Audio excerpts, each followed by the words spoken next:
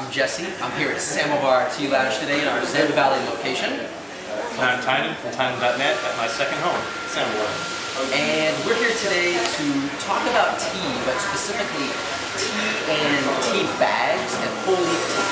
And we were just inspired hanging out the other day drinking tea to do this little Tea Autopsy. We've removed the names to protect the innocent, but what we have here are 3 different types of tea bags. What we call a pyramid silk tea bag, a standard, more traditional tea bag, and the most traditional paper tea bag. Now, I don't know if you knew this, but tea bags came into play in the St. Louis World's Fair, I believe. I forgot his name, honestly, but he added tea to a woman's nylon stocking or silk stocking and steeped tea in it. And it was very convenient, and ever since then we have evolved from nylon stockings to silk stockings to actually tea bags. So let's open this first one here. Everyone can take a look, and you see here what we have in this little tea bag. And we'll go through all of these. And to be clear, there's no judgment here about what is good or what is bad tea. Everything has a place, and obviously tea bags have been around for a long time. They're ridiculously popular, and they exist for a reason. They're just super easy to brew tea. So, huge difference here. All of these are green teas, so today we're going to taste some green tea. So these are all from the same plant, the same type of plant. Exactly. And just for comparison, the teas we have laid out here are also green tea. This is a green tea, and this is a green tea. So yeah, the plant Camellia sinensis, forms of it depending on where it's cultivated, but that plant is processed in different ways depending on the kind of tea that you're drinking. At Samovar, we try to look for quality tea, artisan tea, really the artistic craftsman version of tea that's out there. And it is. It's harder to find, but it's there. And the first thing to look for anyone looking at quality tea, is consistency of size, shape, and color. And these are all fairly consistent, definitely, and as are these. So the next thing you look for is vibrancy. And the uniqueness of the tea should stand out as being profound.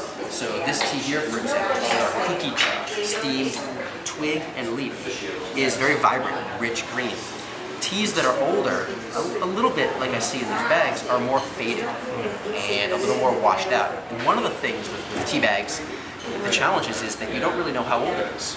So tea bags can sit in a warehouse, at the farm, on a shelf, in a truck, for a long time in a shrink wrap box.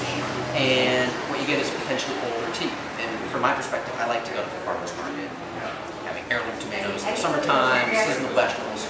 Tea is really a lot like that. So having tea that's seasonal is a different experience.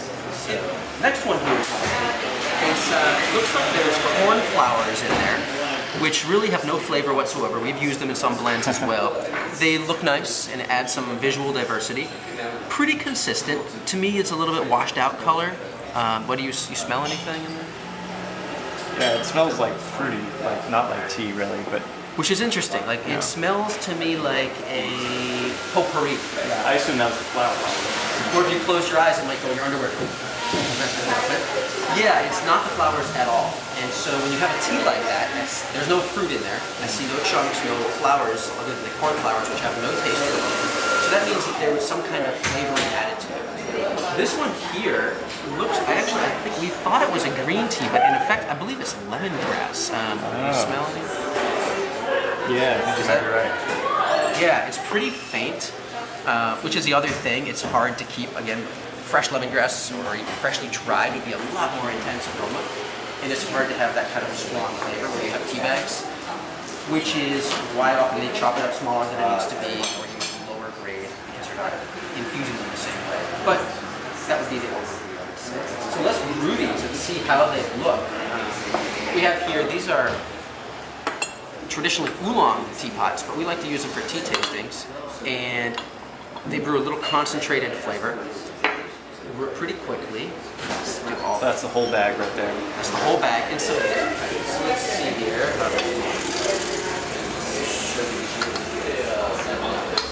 And this one, we thought it was green tea, but it looks like lemongrass. So we'll see how that works out. And on the instructions of each of these bags, it said to steep them for 3 minutes, and I don't think we would want to do that in this more concentrated form. I think it would be really bitter. this one here we're using for comparison is our Ryoku Cha, which is a really interesting brown rice and green tea Japanese steamed sencha blend with a little bit of matcha powder. And actually, I would almost keep it. Our instructions would say for about 10 seconds or even less.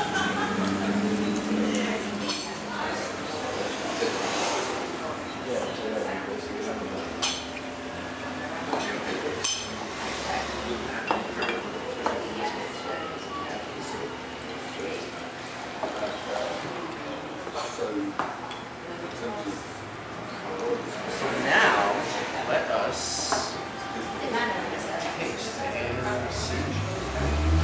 Alright, maybe we'll start here. So this, actually no, this is the fruity one, so we'll start like that. We'll go, you want to go the least flavored to the most. You can really see the color in the white, off the white a lot better. Yeah. Look in there. Yeah, that's actually a good contrast. So slurping is good, making a noise, aerating the tea.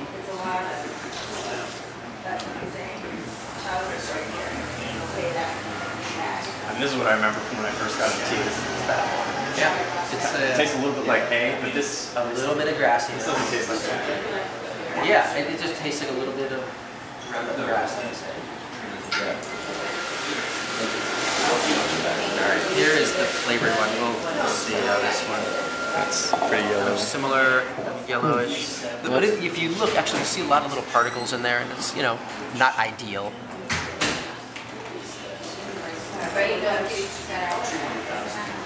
It's pleasant to drink. It doesn't taste like green tea. I get all aroma.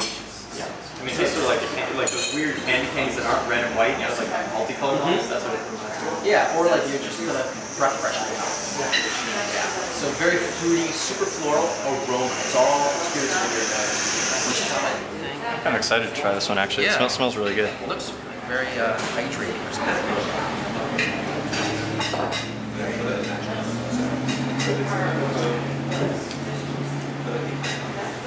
I like it. You know, herbal's pretty simple. It's a little bit sweet. It's almost like flavored water. Yeah, it's pretty light. Probably should have used hotter water. Herbal tea, you can use boiling water, rolling boil, 5 minutes to really extract all the but, I think it's pretty pleasant. Just a little. yeah, I agree.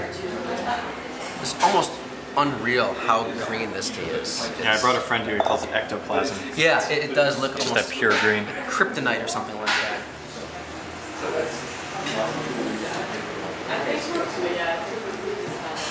I mean, I can't be fair judge this one. I like this one too much. Unbiased. There were a couple months where I had this pretty much every day. Like this one is good for breakfast. It's almost like a cereal by itself. And it has a lot of caffeine to each other. It's got the matcha powder. And the Great for waking up. And you know, we're not saying it's the right class tea, but it's just approachable, it's affordable, it's easy to brew, it's hard to go on. So that's it. Anything else? What do you think?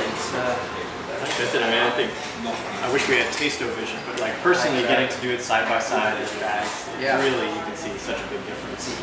Yeah, no, I think it's very exciting. And again, the more tea you drink, the better. And we just encourage people to have better tea. All right, thanks for coming in.